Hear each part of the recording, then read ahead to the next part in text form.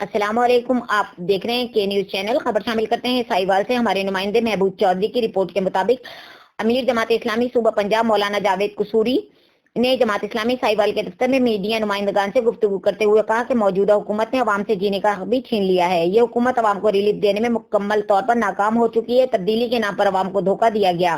ماضی کی حکومتوں کی طرح موجودہ حکومت کے دعوے اور وعدے بھی کھوکھلے ہی نکلے۔ ماضی کی حکومت اگر چینی مافیا تھی تو موجودہ حکومت چینی مافیا بھی ہے، آٹا مافیا بھی ہے، قبضہ مافیا بھی ہے۔ اس پر پریس کانفرنس میں امیر جماعت اسلامی ضلع سائیوال آصف کمبو اور میاں محمد رحمت اللہ بٹو بھی موجود تھے۔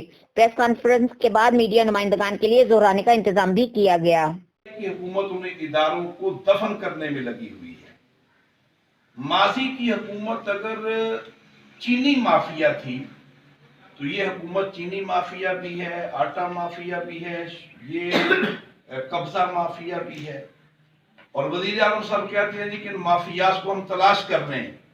ہم یہ کہتے ہیں کہ آپ اپنی کابینہ کے اندر نگاہ ڈالیں، وہ لوگ آپ کے ساتھ ہی بیٹھے ہوئے ہیں۔ اس وقت بہت ہی ایک عجیب و غریب صورتحال ہے، معاشی طور پہ بھی، خارجہ محاذ کے اوپر بھی۔ یعنی پاکستان اس وقت ترکی اور ملیشیا جیسے ممالک کو چھوڑ کر پاکستان نے امریکی لائن کو ٹو کرنے کی کوشش کی، اور ہم یہ سمجھتے ہیں کہ یہ خطے میں پاکستان کو اور زیادہ تنہائی میں لے جانے کا ذریعہ بننے والا اقدام تھا۔